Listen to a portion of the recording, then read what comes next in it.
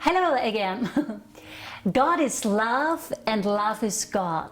It is not possible to advance on the spiritual path, which is all about remembering who we are, without having self-love. Because to love ourselves means to know ourselves. To love ourselves is to know who we are, an expression of spirit, an extension of the great white light, or whatever terminology you prefer. So if you don't love yourself, or if you can't love yourself, it simply means that you don't know yourself.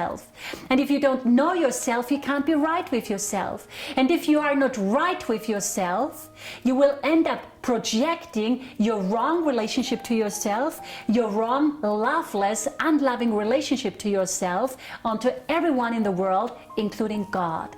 And essentially, this is the reason why so many people in this world have so many problems today. We don't relate to each other properly. We don't relate to each other as God meeting God, or Christ meeting Christ, or Buddha meeting Buddha, or eternal self meeting eternal self, or light meeting light if you prefer.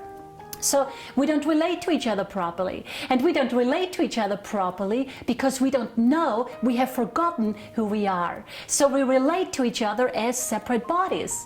If we have a pimple in our face, our self-worth goes down, right? And if we get a new pretty haircut, our self-worth goes up. If we make a lot of money, our self-worth goes up. And if we lose a lot of money, our self-worth goes down again, isn't it? So we equate our self-worth to material possessions and physical looks and so forth. Yet in truth, our self-worth is unchangeable. It can neither be increased by our successes nor decreased by our mistakes. It is eternally the same. It is eternally infinite because we are the eternal self, which is eternally lovable and beautiful and divine.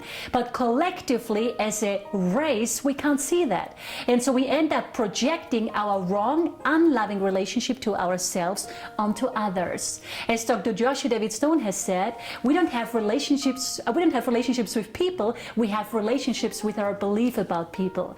And while we still believe we are separate bodies and that our worth comes from physical looks and material possessions.